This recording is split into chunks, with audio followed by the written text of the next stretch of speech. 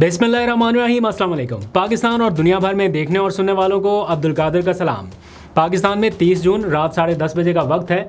आज पूरा दिन मैं पार्लियामेंट हाउस में और मुख्तलिफ जगहों पे फिरता रहा हूँ। नंबर्स गेम की बाज़गिश्त बड़ी सुनाई दे रही है। ये सुप्रीम कोर्ट का फैसला आने के बाद के नंबर्स गेम बहुत इंपॉर्टेंट हो गए हैं। आज मैं पीटीआई के जो चीफ विप हैं आमिर डोगर, जिनके पास ये पूरा नंबरों का हिसाब किताब रहता है। किसी भी पार्टी का जो चीफ विप होता है उसके पास पार्टी के सारे मेंबरान का रिकॉर्ड होता है।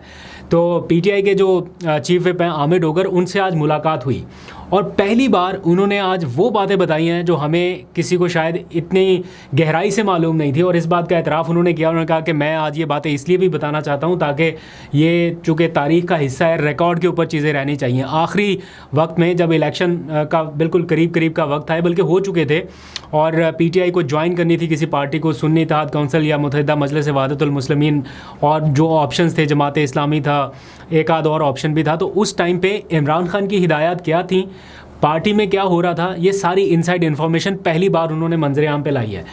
ये वो एक्सक्लूसिव इन्फॉर्मेशन है जो आज से पहले मेरे इल्म में मतलब थी, थोड़ी बहुत थी, इतनी ज़्यादा नहीं थी। किसी को नहीं पता जो मैं आपको बात बता रहा हूँ, किसी को नहीं पता है ना। ये सिर्फ पार्टी की आदत के चंद लोगों को पता है, या खान साहब की और हमारी जो गुफ्तगू है ये वो बात है जो मैं आज आपको बता रहा हूँ। तो मैं चाहता था कि ये आपके सामने रखूं, लेकिन इस व्लॉग में तो नहीं, अगले व्लॉग में पूरी डिटेल आपके सामने रखूंगा। तो ज़रूर सुनिएगा ताकि आपका कॉन्सेप्ट क्लियर हो जाए। खैर, पीटीआई की इस वक्त की जो मौजूदा नंबर्स गेम है वो भी मैंने उनसे जानने की कोशिश की। आगे चल के आपके सामने रखता हूँ। खैबर पख्तूनख्वा की क्या सूरत हाल है, क्या वाकई कोई ख़तरा है या बस ये बातें हैं, क्योंकि 20 का नंबर ये तोड़ना बहुत मुश्किल है खैबर पख्तूनख्वा जैसे सूबे में। लेकिन अचानक से हमने देखा कि कुछ लोग जो आज़ाद हैसियत में इलेक्शन के आए थे, वो जब छोड़ के गए तो अब उनकी विजुअल सामने आना शुरू हो गए हैं। कोई शहबाज शरीफ साहब से मिल रहा है, किसी को वज़ीर मुमलिकत का ओहदा दिया जा रहा है। तो ये चीज़ें जो है वो इंडिकेट कर रही हैं कि कुछ यहाँ पे गड़बड़ है। फिर पीटीआई के दो बड़ों की इस टाइम नाराज़गी चल रही है, बहुत शदीद नाराज़गी है, और सुलह की कोशिशें कराने वाले बीच में आ गए हैं कि किसी तरह से सुलह कराई जाए। इन सारी खबरों के ऊपर मैं एक एक करके आता हूं ताकि पूरी तफसील आपके सामने रख सकूं। लेकिन पहले बात ज़रा एक अहम मसले की तरफ, आप ज़रा गौर कीजिएगा इन अल्फाज पर जो भी मैं कुछ देर में आपको कहने वाला हूं, और उसके बाद जो विजुअल्स आएंगे उन मनाजर के ऊपर आपने ज़रा गौर करना है। अल्फाज ये हैं कि अल्लाह को गवाह बनाकर हल्फिया इकरार करता हूँ कि 8 फरवरी के इंतखाबात में अगर MNA मुंतखब हुआ तो इमरान खान का वफ़ादार रहूँगा, हल्के के वोटर्स के जज्बात को ठेस नहीं पहुँचाऊँगा, और हल्फिया इकरार करता हूँ कि किसी लालच या दबाव में नहीं आऊँगा, और इमरान खान और पार्टी के अहकामात को हरफ़े आखिर समझकर अमल करूँगा। ये अल्फाज हैं आज शहबाज शरीफ से मुलाकात करने वाले साहिवाल से मुंतखब आज़ाद रुकने असम्बली चौधरी उस्मान अली के, जिन्होंने 8 फरवरी से कबल कुरान पाक पर हाथ रखकर ये बात की थी कि वो इमरान खान के वफ़ादार रहेंगे। और आज के ये विजुअल्स ये बिल्कुल निगेट कर रहे हैं उस हलफ को जो उन्होंने कुरान पाक के ऊपर हाथ रख के दिया था। मतलब अभी लोग पीटीआई में से पूछ रहे थे ना, मैं देख रहा हूँ कि ये विजुअल्स आने के बाद लोग पूछ रहे हैं कि इस शख्स को टिकट किसने बेचा, इस शख्स को टिकट किसने दिया। लोगों को लग रहा है कि जिसने इसको टिकट दिया उसने पैसे पकड़े। अगर कोई शख्स अपनी दयानतदारी साबित करने के लिए कुरान पाक के ऊपर हाथ रख दे, क्योंकि टिकट्स देने से पहले भी इनसे खुफिया हलफनामे भी कुछ लोगों से लिए गए थे और इन्होंने ऐसे ही हलफ दिए थे पार्टी की आदत को भी। अब पार्टी की आदत हर किसी से पैसे लेके तो टिकट दे नहीं रही थी उस टाइम के जो हालात थे, तो एतबार करना ही आखिरी ऑप्शन था उन हालात में, क्योंकि मुश्किल क्रूशल टाइम था। तो बस ये था कि पार्टी से वफ़ादारी जो है वो बुनियादी शर्त है।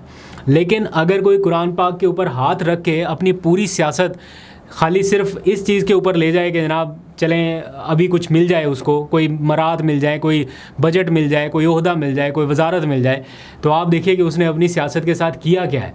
तो यूँ कह लीजिए कि कुरान पाक के ऊपर हाथ रख के झूठा हल्फ उठाने वाला शख्स आज मुस्लिम लीग नून में शामिल हो गया। मैं कहता हूँ कितनी भी मजबूरी क्यों ना हो किसी सियासी जमात की, लेकिन एक एग्जाम्पल सेट करनी चाहिए। मुस्लिम लीग नून इस वक्त कितनी कंफर्टेबल पोजीशन में है, उसको कोई ख़तरा नहीं है, हुकूमत को कोई ख़तरा नहीं है, आगे उनको मखसूस नशिस्तें भी मिल गई, 2/3 अक्सरियत भी मिल गई। लेकिन ऐसे लोगों को सियासत में लाने की बजाय इनको बाहर कर देना चाहिए सियासत से। लेकिन पता नहीं उनकी भी मजबूरियाँ हैं कि क्या क्या कमिटमेंट उनके साथ किया, पता नहीं, पता चले उन्होंने भी आगे से हाथ हल्फ रख के कोई कमिटमेंट की हो। खैर, अब आ जाइए ज़रा इसी सारे मंजरनामे को ज़रा जहन में रखते हुए कि खैबर पख्तूनख्वा के हुकूमत के ख़िलाफ़ कोई प्लॉट बन रहा है उनकी हुकूमत गिराने के हवाले से। ये बात मैं उन मालूमात की बुनियाद पर कर रहा हूँ जो इधर उधर से आज पूरा दिन पीटीआई के लोगों से भी बातचीत करते हुए या ऑफ द रिकॉर्ड भी हमें मिल रही हैं कि कुछ ना कुछ हो रहा है। क्योंकि हुकूमती वज़ीर दावे कर रहे हैं कि अब पीटीआई के परिंदे जो कि आज़ाद हो गए हैं तो वो उन्हीं दरख्तों पर बैठेंगे जहाँ पर उन्हें फल मिल सके। और आप देखिए एक ही दिन ये चौधरी उस्मान अली की वज़ीर-ए-आज़म से मुलाकात का हो जाना, इनके मनाज़र जारी कराए गए, फिर राना कासिम नून जो पहले पीटीआई में हुआ करते थे वो अब मुस्लिम लीग नून में चले गए, उनको वज़ीर मुमलिकत का दर्जा दे देना, ये सारे ऑप्टिक्स क्या बता रहे हैं कि आज़ाद लोगों के लिए कुछ ना कुछ इनकी बास्केट में है अभी भी देने के लिए, तो आज़ाद लोग जहाँ कहीं पे भी हैं वो इनके पास आएँ। ये ऑप्टिक्स इस टाइम अडॉप्ट किए जा रहे हैं। फिर अली अमीन गंडापुर के जो पुराने साथी हैं वो उनको स्टेप बैक का मशवरा दे रहे हैं कि आप पीछे हट जाएँ और मौलाना फजलुर रहमान को आगे आने दें, वो हुकूमत बनाएं, बदले में मौलाना पीटीआई का साथ देंगे मामलात को सेटल डाउन कराने के लिए। ये फवाद चौधरी साहब ने गुज़िश्ता रोज़ स्टेटमेंट दिया, गो के उनकी अपनी एक राय है, लेकिन पाकिस्तान तहरीक इंसाफ के लोग कतई इस राय से मुत्तफ़िक नहीं है। इन हालात में अपना प्लॉट छोड़ के किसी और को दे देना, और वो भी एक ऐसी जमात को जो 26वीं तरमीम में जिन्होंने वोट दिया हो, तो ये तो बहुत ही एक अजीबोगरीब सी सूरत हाल हो जाएगी। यानी अपने हाथ काट कूट के आप किसी के झोली में डाल दें कि आप करें हमारे लिए कुछ, तो ये मुनासिब नहीं है। अगर ख़तरा है भी सही 20 सीटों के हवाले से, तो मेरा ख्याल है फ़ाइट बैक रहेगी। इस मामले में अब चूँकि इमरान खान साहब का किरदार और ज़्यादा क्रूशल हो रहा है कि उन तक एक्सेस मिल सके पार्टी के लोगों को, वैसे ही उनका किरदार अहम है, लेकिन अब पार्टी को बड़ी ज़रूरत है कि उन तक रसाई मिले, उनसे गाइडलाइन मिले, लेकिन वो नहीं हो रहा, और ना होने के बराबर रह गई ये रसाई। और उनकी सारी मुलाकातें इस वक्त ऐसा लग रहा है कि रुक गई हैं या रोक दी गई हैं। अदालती ज़राए के मुताबिक कल जो इमरान खान और बुशरा बीबी के ख़िलाफ़ तोशाखाना 2 केस की समाअत होना थी, वो एक दफ़ा फिर मुलतवी कर दी गई है। यानी कल जेल में समाअत नहीं हो सकेगी, ना वकला जा सकेंगे, ना बाकी लोग जा सकेंगे। इसी तरह GHQ हमला केस की समाअत है, वो भी जेल में नहीं होती। तो जो लोग उन तक इसी बहाने जा पाते थे कि अडयाला में ट्रायल चल रहा है, अब वो भी मुलाकातें महदूद हो गई हैं, बल्कि ना होने के बराबर है। आज आके रह जाती है वो मुलाकातें जो फैमिली की होती हैं। तो कल उन मुलाकातों का भी दिन है, 6 लोगों के नाम भिजवा दिए गए हैं। उनमें से मुश्किल ही है कि कोई 2 लोग मिल सकें, वो भी बड़ी मुश्किल से। पहले एक नाका क्रॉस करते हैं, दूसरा करते हैं, गर्मी में खड़े रहते हैं, फिर 2 बहनों को और एक आध किसी वकील को जाने की इजाज़त मिलती है। अब देखते हैं कि कल क्या होता है। इस दौरान ऑब्वियस बात है कि पाकिस्तान तहरीक इंसाफ को ज़रूरत है इत्तेहाद की। ये लड़ाई झगड़ा बहुत हो गया, बहुत सोशल मीडिया के ऊपर मार धाड़ हो गई। अब ये जितनी साजिशें एट वंस आपके पीछे आ रही हैं, आपको इत्तेहाद की ज़रूरत है। लेकिन मुश्किल ये है कि इस वक्त पीटीआई के 2 बड़ों के दरमियान एक गैर एलानिया किस्म की नाराज़गी चल रही है, या यूँ कह लीजिए कि नाराज़गी के आसार हैं। मैं कोई इस तरह की कंट्रोवर्शियल बात नहीं करना चाहता जिससे लगे कि कोई इस ग्रुप का या इस ग्रुप का। बहरहाल ये अब सारी चीज़ें क्लियर हैं कि अलीमा खान के बयान के बाद अली अमीन गंडापुर की तरफ से नाम लिए बगैर सख्त रद्द-ए-अमल आ रहा है। और वो आज उन्होंने जो बयान दिया, जब उनसे सवाल हो रहा है तो वो कहते हैं आई गिव अ डैम, मुझे कोई परवाह नहीं है। वो मतलब इतना सख्त लहजे में उन्होंने कहा, क्योंकि अलीमा खान ने जब कहा कि बानी पीटीआई को माइनस ही कर दिया गया है, तो वो सारा इल्ज़ाम चला गया अली अमीन गंडापुर पर। और उसके बाद जो पार्टी की बैशिंग हुई है वो इससे पहले सोशल मीडिया पर नहीं हुई थी, इस बार बहुत ज़्यादा हुई है। और उसका सारा नज़ला गिरा अली अमीन गंडापुर पे। बहरहाल उन्होंने जैसे तैसे उसको डील किया। अब वो उस स्टेज पे आ गए, उस नहज पे आ गए। वो कहते हैं कि मैं किसी को जवाब दे नहीं हूँ, सिर्फ इमरान खान को। वो कल भी था, आज भी हूँ, लेकिन इसके अलावा किसी को जवाब दे नहीं हूँ। तो जब भी उनसे क्वेश्चन होता है अलीमा खान के हवाले से सवाल करके या कुछ भी, तो आजकल हमने देखा है कि उनका लहजा थोड़ा तल्ख हो रहा है। क्योंकि पहले कुछ दिनों पहले ये सीज़ फायर हो गया था इमरान खान की हिदायत पर। अलीमा खान, अली अमीन गंडापुर, ये सारे KP हाउस में इकट्ठे हुए थे, इनकी सुलह करा दी गई थी। लेकिन अब जो है सिचुएशन वैसी नहीं रही। अब PTI के जो रहनुमा हैं उन्होंने आज एतराफ़ किया कि अलीमा खान के इस बयान से कि इमरान खान माइनस हो गए हैं, पार्टी को नुकसान पहुंचा है। कोई माने या ना माने, ज़ाहिर बात है इससे वर्कर्स का मोराल भी डाउन हुआ, अली अमीन गंडापुर को अलग, बाकी सारे लोगों को कुछ ना कुछ डैमेज ज़रूर हुआ। तो अब वो कह रहे हैं कि ज़ाहिर बात है उनकी बहन है अलीमा खान, उनके जज्बात हैं अपने भाई के लिए, इसमें कोई दो राय नहीं है, ये जज्बात फितरी हैं, कुछ नहीं कोई कर सकता। अब पार्टी चेयरमैन से ये रिक्वेस्ट की जा रही है बैरिस्टर गौहर से कि वो कोई किरदार अदा करें अली अमीन गंडापुर और अलीमा खान के दरमियान मामलात को ठीक कराने के लिए, ताकि वो मिल बैठें और पार्टी के लिए मिल के काम करें। बहरहाल देखते हैं कब ये होता है। अब मखसूस नशिस्तें तो PTI से छिन गई हैं। उसके बाद जो KP में ख़तरा बढ़ रहा है वो तो अलग ही था ना। अब पंजाब असम्बली में भी कार्रवाइयाँ हो रही हैं। पहले क्या हुआ, 26 अरकान मुअत्तल कर दिए गए, उनकी मेंबरशिप 15 इजलासों के लिए मुअत्तल की गई। उसके बाद अब पीटीआई के 4 कायमा कमेटियों के जो चेयरमैन हैं उनको फारिग कर दिया गया, यानी चेयरमैनशिप जो है वो ले ली गई है। 4 स्टैंडिंग कमेटियों के चेयरमैनों को उनके ओहदे से हटाने का नोटिफिकेशन आज जारी कर दिया गया है, क्योंकि उनके खिलाफ अदम एतमाद कर दिया गया।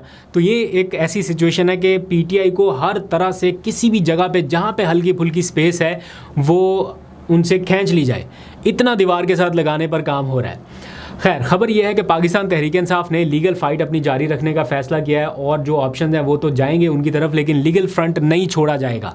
ऐसा नहीं है कि कोई बाइकआउट होगा या इन अदालती कार्रवाइयों का बाइकआउट हो, लीगल फ्रंट पे महाज जारी रहेगा। और आज की खबर यह है कि पाकिस्तान तहरीक इंसाफ ने सुप्रीम कोर्ट से रजू करते हुए मखसूस नशिस्तों के फैसले में तमाम के तमाम 12 जजेज़ के दस्तखत के साथ ऑर्डर ऑफ द कोर्ट मांग लिया है या जारी करने की इस्तदा की गई है।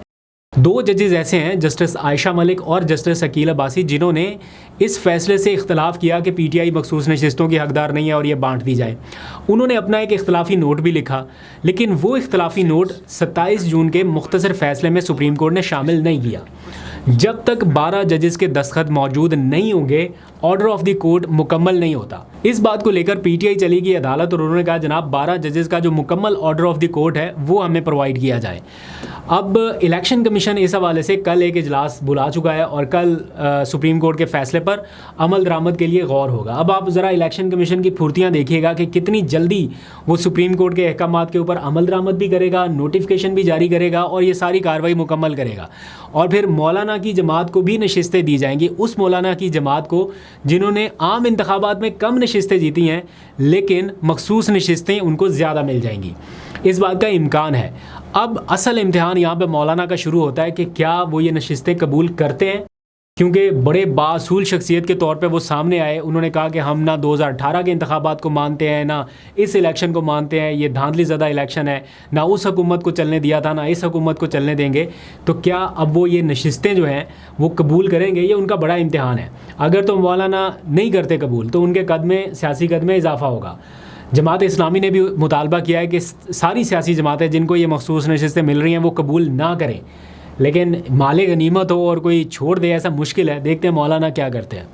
एक खबर यह है कि पाकिस्तान पीपल्स पार्टी ने वफाक में अब वजारतें लेने के लिए आमादगी का इजहार किया है। कुछ खबरें चल रही हैं, एक्सप्रेस में मैंने देखा ये हेडलाइन लगी हुई है कि पीपल्स पार्टी रजामंद हो गई है वफाक में आने के लिए, क्योंकि उन्हें ये कन्विंस किया गया है कि अभी यही सेटअप लंबा चलना है, इसलिए हम किसी और अल्टरनेट सेटअप में नहीं जाएंगे। हो सकता है कोई आईनी तरमीम भी आ जाए और इस सेटअप को थोड़ा तूल दे दिया जाए।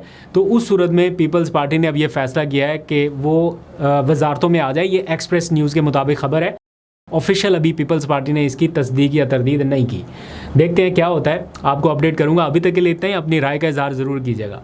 अपना बहुत सा ख्याल रखिए। अल्लाह हाफ़िज़।